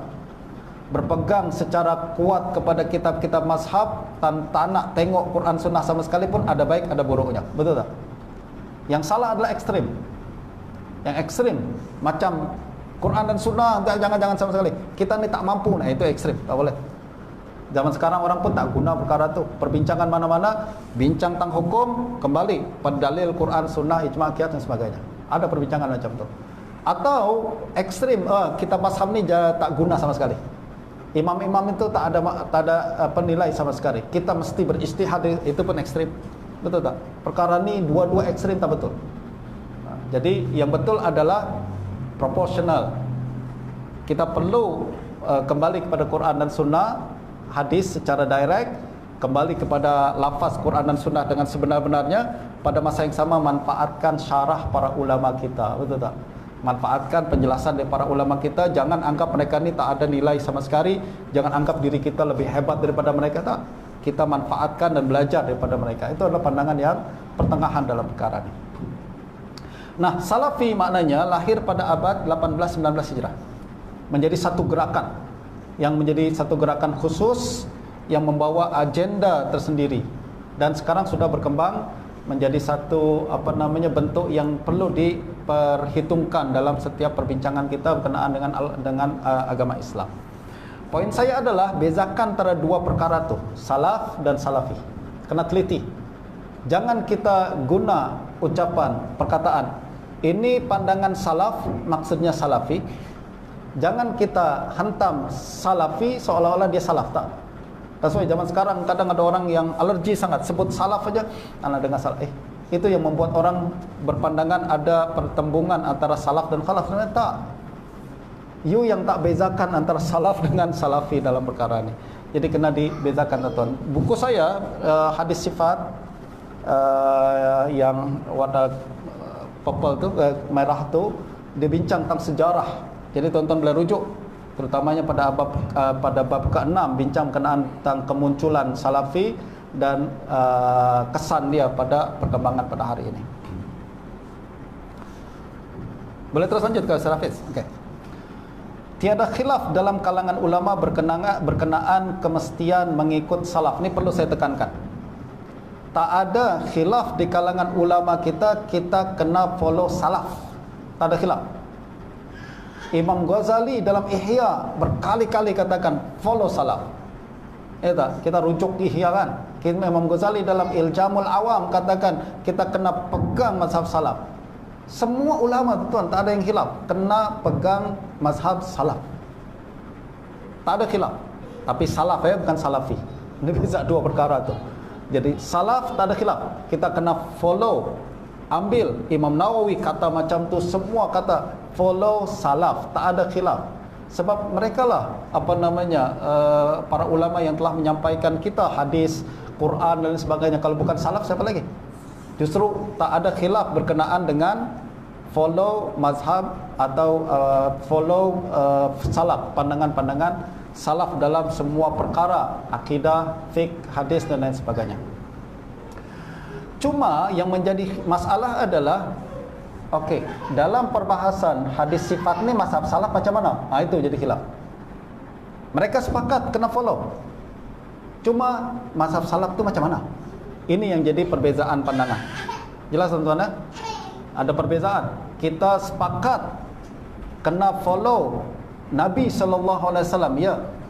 Cuma hadis ni sahih ke tak sahih? Bezakan. Tak semua bukan karena kita kata kita wajib ikut Nabi maknanya semua hadis kita ambil, tak. Hadis yang sahih kita ambil, palsu kita reject lah kan. Begitu juga apabila kita bincang berkenaan dengan mazhab salaf dalam perkara hadis sifat ni, sepakat kita kena ambil mazhab salaf, tak ada khilaf. Cuma mazhab salaf macam mana?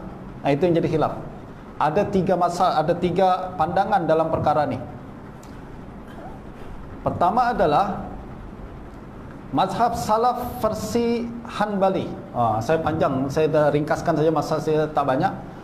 Menurut mazhab Hanbali adalah satu akidah, aliran akidah dalam kalangan Ahlussunnah wal Jamaah. Saya nak tekankan tuan-tuan, Ahlussunnah wal Jamaah terdiri daripada tiga mazhab ni: Hanabilah, Asy'ariyah, Maturidiyah. Tiga ni masuk dalam kategori Ahlussunnah wal Jamaah. Ya. Nah, mengikut mazhab Hanbali, mazhab salaf berkenaan hadis sifat adalah tafwid. Ini yang disebut sebagai imrar. Biarkan. Jangan ulas. Macam yang tadi kita bincang, tawakuf tu kan, maknanya kita percaya ini adalah ucapan Nabi, tapi saya tak nak ulas apa-apa. Nah, perkara ini ditetapkan oleh Imam Muwaffaq Ibn Qudamah. Ibn Qudamah adalah seorang ulama mazhab Hanbali yang besar sangat, tuan-tuan ya. Tuan-tuan sekali lagi kena pergi tengok riwayat hidup dia. Dia adalah rujukan penting dalam mazhab Hanbali, sama ada dalam akidah ataupun dalam mazhab fiqh. Beliau mengatakan, wa madhhabus salaf rahmatullahi alaihim al-iman bi sifatillahi ta'ala wa asma'ihi allati wasafa biha nafsahu fi ayatihi wa tanzilihi aw ala lisani rasulihi min ghairi ziyadatin 'alaiha wala naqs minha wala tajawuz laha wala tafsir laha wala ta'wil laha bima yukhalifu zahiraha wala tashbihi bi sifatil makhluqin wala sifatil muhdatsin bal amarruha kama ja'at wa radda ilmaha ila qailiha wa ma'naha ila al-mutakallim biha. Beliau katakan mazhab salaf mengikut mazhab Hanbali adalah dia menetapkan apa yang Allah tetapkan dan apa yang ditetapkan oleh Rasulullah ni tak ada khilaf. Mazhab Asy'ari pun akan macam juga. Allah tetapkan, kita tetapkan. Rasulullah tetapkan, Rasul tetapkan. Jadi ada orang setengah kalangan yang seolah-olah nak buat pandangan Asy'ari ini tak macam tu. Allah dah tetap macam tu, dia tak tetapkan. Itu silap. Itu konsepsi jahat berkenaan dengan Asy'ariyah. Akidah kitab-kitab Asy'ari tak macam tu. Nah, apa mazhab Hanbali katakan? Mazhab salaf adalah tetapkan apa yang Allah tetapkan. Tetapkan apa yang Rasulullah tetapkan. Jangan tafsir, jangan takwil, bal amarruha kama ja'at. Mereka biarkan macam tu. Amarruha kama ja'at maksudnya adalah Allah kata macam tu. Wa radda ilmaha ila qailiha. Mereka haramkan takwil. Takwil tak boleh. Tafsir tak boleh. Menurut mereka salaf tak takwil, salaf tak tafsir. Mereka hanya biarkan. Wa radda ilmaha ila qailiha, dan mereka kembalikan maknanya, ilmunya dan maknanya kepada pengucapnya. Kalau Allah yang ucapkan, serahkan maknanya kepada Allah. Kalau Nabi ucapkan, serahkan maknanya kepada Nabi. Itu yang saya sebut sebagai tafwid, betul tak? Itu yang saya sebut sebagai tawakuf tadi kan. Maknanya adalah alif lam mim, saya percaya ini ucapan Allah Subhanahu wa taala. Maknanya serahkan kepada Allah. Betul tak? Begitu juga ayat-ayat sifat, menurut mereka semua ayat-ayat yang bincang tentang sifat Allah ni di luar akal kita. Justru Allah cakap macam tu tak seperti yang kita bayangkan. Maknanya imani bahwa ini ucapan Allah, serahkan maknanya kepada Allah. Itu adalah mazhab salaf menurut Hanabilah. Dan mereka katakan takwil tak boleh, haram. Tak boleh ditakwil. Asy'ariyah sekarang, Asy'ari, pengikut Imam Abul Hasan Al-Asy'ari. Beliau katakan kita setuju, apa yang Allah tetapkan kena ditetapkan, apa yang Nabi tetapkan kena ditetapkan. Dan perintah untuk tapi dengan syarat lah, macam kita tengok lah kan, syaratnya adalah lafaz tu mesti sahih, lafaz tu mesti sarih, tak bertentangan dengan mana-mana dalil lain, dan lafaz tu tidak menetapkan sifat-sifat yang tak layak bagi Allah. Sebab tadi prinsip kita kena tetapkan yang sempurna bagi Allah, yang tak layak mustahil, itu tak sarih. Nah, perintah salaf mengatakan amir ruha kama ja'at dan sukut diam, maksudnya apa? Kata mazhab Asy'ari itu berlaku pada zaman ketika belum berlaku kekeliruan. Tadi saya cakapkan, salaf boleh je cakap, okey, jangan cakap perkara ni, boleh. Sebab belum ada orang buat pasal pada hari itu. Macam kita tadi gen Y, gen X, gen Y. Twitter, budak Twitter belum ada lagi zaman tu. Jadi zaman salaf boleh. Amir ruha kama ja'at, jangan tanya, semua okey. Tak ada isu. Tapi selepas jadi isu, takkan salaf, kalau berlaku di zaman mereka, takkan salaf suruh diam je. Sebab setiap permasalahan salaf tu kalau berlaku mereka akan bincang, tak berlaku mereka akan diam. Mereka tak suka kita bincang perkara yang belum berlaku. Ya tak? Nah, justru perintah imrar dan sukut, kata mazhab Asy'ari, adalah itu berlaku sebelum zaman kekeliruan. Yang kedua, ditujukan untuk kalangan yang tidak berkelayakan, sebab ramai orang awam. Kalau kita galakkan mereka untuk mentakwil, nanti mereka tak punya ilmu pun pandai-pandai mentakwil. Justru lebih baik kita tutup. Tapi bukan bermakna orang alim jangan cakap. Orang alim boleh, ada kepakaran boleh bercakap. Dan yang terakhir, hadis-hadis itu hanya perintah ni untuk perkara hadis-hadis yang terlalu muskil. Nanti kita akan tengok. Ada hadis-hadis tertentu yang nampak betul ni majas. Ada hadis-hadis tertentu yang muskil. Ini majas ke tak majas? Yang muskil awak kena hati-hati. Betul tak? Tadi kita cakapkan, kalau you punya kemahiran, boleh takwil. Ragu-ragu, tafwid lagi bagus. Betul. Ini that's why ketika salaf katakan biarkan, jangan cakap, jangan takwil, ini ada karena konteks mereka pada zaman tu, ya tak, belum berlaku kekeliruan. Yang kedua, ini untuk orang yang tak punya kemahiran. Yang ketiga, ini untuk nas yang terlalu muskil, maka digalakkan untuk tafwid. That's why dalam mazhab Asy'ari, tuan-tuan, tafwil dan takwil dibenarkan. Jadi kita gabung. Mazhab Hanbali kita tak kata awak salah, tafwid tak, betul. Cuma beza kita adalah takwil boleh ke tak boleh. Tapi Hanbali katakan tak boleh, haram sama sekali, mutlak. Tapi kalau Asy'ari, tafwid betul, cuma takwil boleh untuk orang berkelayakan. Ya, jadi yang berkelayakan boleh, kita tak katakan haram. Haram untuk orang tak berkelayakan. Kita setuju haram, tapi untuk yang tak berkelayakan. Tapi yang berkelayakan boleh. Punya kelayakan dibenarkan. Kalau Imam Ibn Asakir, tuan-tuan kenal Ibn Asakir, ulama hafiz hadis di Syam, juga berakidah Asy'ari. Dia tulis kitab Tabyin Kadhibil Muftari. Beliau katakan takwil ini takwil ini dibenarkan, dia macam mesti dilakukan oleh orang yang macam orang yang doktor yang pakar dalam perubatan. Hanya orang yang pakar nak potong kaki misalkan, kan, bolehkah mana-mana doktor nak potong kaki orang?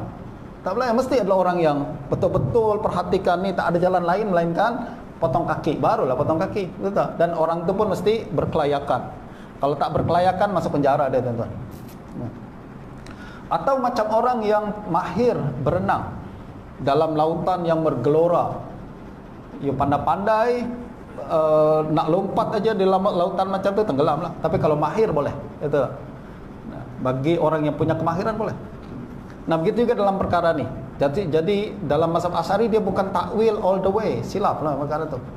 Kadang mazhab Asy'ari pada hari ini pun ingat mazhab Asy'ari adalah takwil all the way, salah.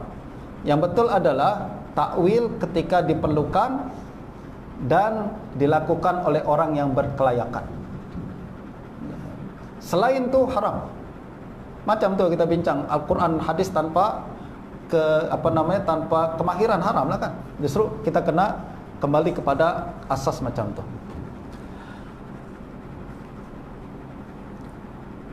Menariknya lagi, tuan-tuan, Imam Al-Baihaqi dia punya tafsiran yang cantik.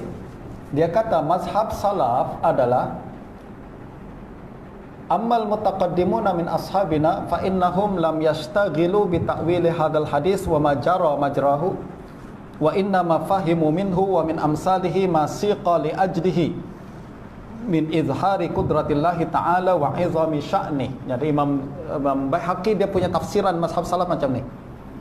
Beliau katakan kalau ulama salaf baca hadis-hadis tentang sifat Allah ni, yang mereka pikirkan bukan makna satu-satu kalimat, tapi yang mereka pikirkan adalah makna umum hadis tersebut. Sebagai contoh, Allah Subhanahu wa taala, Nabi SAW mengatakan Allah Subhanahu wa taala turun ke langit dunia setiap sepertiga malam, betul tak? Lalu Allah mengatakan, siapa nak istighfar, aku akan ampunkan. Siapa nak berdoa, aku akan kabulkan.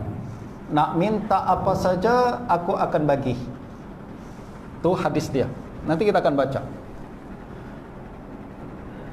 Salaf apabila baca hadis ni, dia tak tengok fokus dia bukan kepada kalimat turun, apa makna turun, dia tak bincang pun. Yang dia fokuskan adalah message utama Nabi dalam hadis ni apa? Allah Subhanahu wa taala turun ke langit dunia sepertiga malam, lalu tanya siapa nak istighfar, siapa nak doa, sila. Apa message utama Nabi kalau tuan-tuan nak faham? Galakan qiyamul lail kan? Galakan qiyamul lail, galakan munajat, galakan untuk beristighfar di sepertiga malam. Dan apa yang mereka pahami adalah sepertiga malam tu adalah masa yang paling mustajab. Ya tak? Itu yang mereka faham di kepala mereka.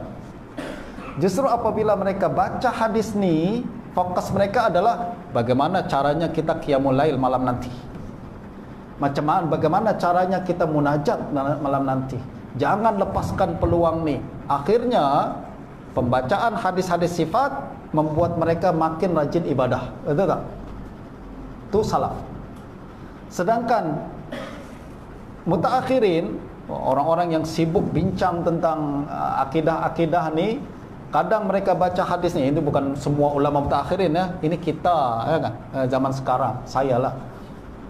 Apabila baca hadis ni, kita tak fokus bahawa sepertiga malam tu mustajab. Fokus kita adalah kelahi, nak tafsirkan turun ni maknanya pindah tempat ke tak, turun ni maknanya bergerak ke tak, turun ni maknanya arsy tu kosong ke tak kosong. Perbincangan tu kita kelahi di Facebook berbulan-bulan, qiyamul lail tak pernah satu kali pun. Betul tak? Itu beza salaf dan khalaf tu macam tu. Bukan beza salaf dan khalaf, tu beza salaf dan khalaf macam kita, bukan salaf. Beza. That's why kata Imam Baihaqi, ketika kita baca hadis-hadis ni, salaf pikiran dia adalah message utama. Dia tak ada masa nak kelahi-kelahi itu turun makna apa. Sebab mereka ahlul lughah, mereka dah tahu bahawa maksudnya adalah, poin utamanya adalah nak targhib qiyamul lail, nak tunjuk bahawa masa tu masa mustajab. Begitu juga apabila salaf baca hadis Nabi nanti, bahawa setiap hati manusia berada di antara dua jari Allah Subhanahu wa taala. Apa yang dipahami oleh salaf? Dia tak bincang jari ini maknanya hakikat ke majaz. Maknanya jari ini macam mana? Tak ada masa untuk bincang meratu. Yang mereka faham adalah ini maknanya Allah boleh bolak-balik hati sekelip mata. Sekarang you mukmin, esok you boleh kafir. Sekarang si kafir tu kafir, esok mungkin dia mukmin. So, apa yang lahir di dalam hati mereka? Mereka akan lahir perasaan takut dan rasa macam tak secure. Jangan macam aku orang mukmin, confirm lah surga lah, ya tak? Dia kafir tu, jangan dekat dia, ahli neraka. Tak ada. That's why yang dia lahir dalam hati mereka adalah, saya takut lah, hati ni Allah boleh ubah bila-bila masa. Justru tengok orang maksiat di luar, kita tak rendahkan dia. Mungkin esok dia malah lagi bagus daripada saya. Betul tak? Tengok, salaf dia pikiran dia, kalau saya sebut salaf, mazhab salaf adalah mazhab efektif.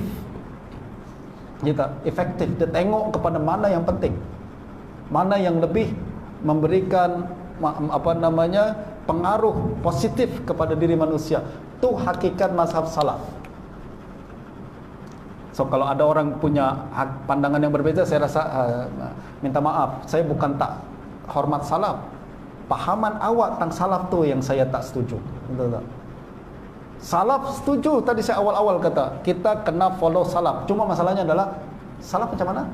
Adakah macam you faham ataukah bukan? Betul tak? So jangan ingat macam ustaz ni tak follow salaf lah. Maksud saya follow salaf, la ilaha illallah. Saya ikut salaf 100%. Cuma masalahnya saya tak ikut awak yang punya pahaman macam tu. Betul tak? Berbeza dengan penjelasan ulama berkenaan dengan salaf. Okey. Dalam mazhab Asy'ari tuan-tuan, saya kena panjang sebab ramai orang kurang faham berkenaan dengan mazhab Asy'ari sebenar dalam perkara ni. Menurut mazhab Asy'ari, penetapan sifat Allah wajib berasaskan tauqif. Macam tadi kita cakap, apa yang Allah sebut, Allah tetapkan, kita tetapkan. Nabi tetapkan, tetapkan. Tu mazhab Asy'ari 100%. Tak ada yang orang katakan mazhab Asy'ari ini mazhab falsafah. Saya pelik entah dia dapat dari mana. Tak, saya bukan nak bela mazhab Asy'ari, tapi saya tak suka orang cakap bukan-bukan tentang perkara yang dia tak tahu. Ya tak? Kena kita sendiri pun kadang tak tahu mazhab kita macam mana. Orang serang dulu baru kita nak sibuk nak cari apa mazhab kita. Katanya mazhab Syafi'i macam ni, kita selama ni tak pernah fikir pun dalil mazhab Syafi'i. Lepas orang serang baru kita buka-buka kitab, ya kan? Dah lambat dah. Orang dah bincang panjang, dah pergi ke mana, awal baru nak buka-buka kitab. Awal-awal kena tahu apa pandangan mazhab kita dan apa dalil-dalil yang mereka pegang. Namun begitu, oleh kerana mazhab tauqif dalam mazhab Asy'ari katakan penetapan sifat Allah mesti tauqif.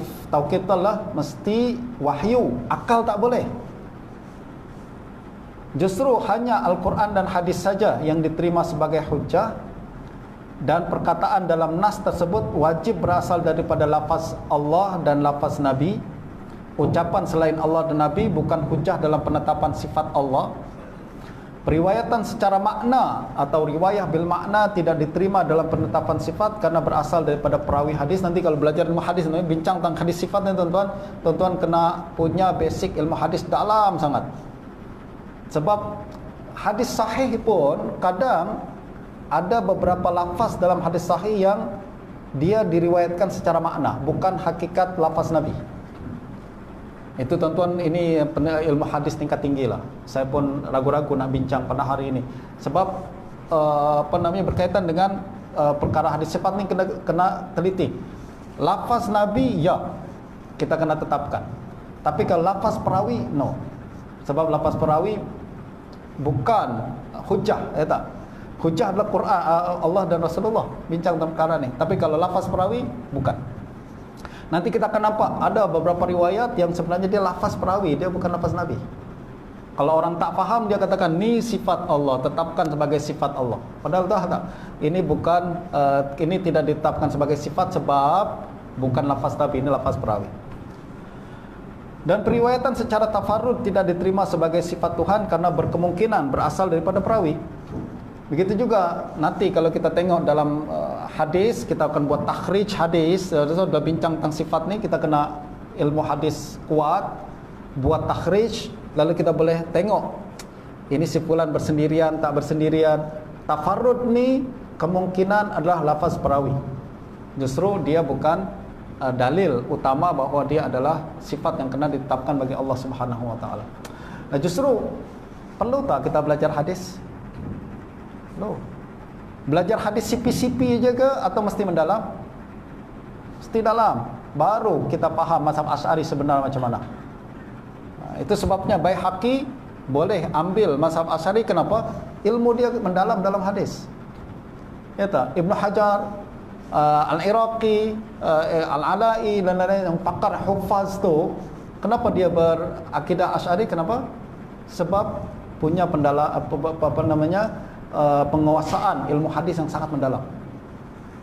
Kita tak punya penguasaan ilmu hadis secara mendalam, akhirnya nak pertahankan mazhab Asy'ari pun tak tahu macam mana.